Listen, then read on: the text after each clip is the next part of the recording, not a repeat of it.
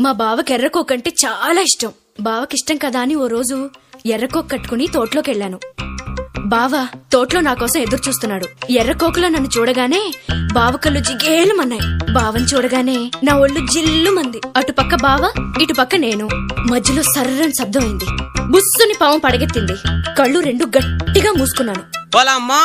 ఆ తర్వాత పాము ఏం చేసిందే మళ్ళీ చెరచెర పాకింది. గజగజ వణికాను. కాలికి తగిలింది. గడగడలాడాను. పైకొచ్చింది. బిత్తరపోయాను. కితకితలెట్టింది. తికమకపడ్డాను.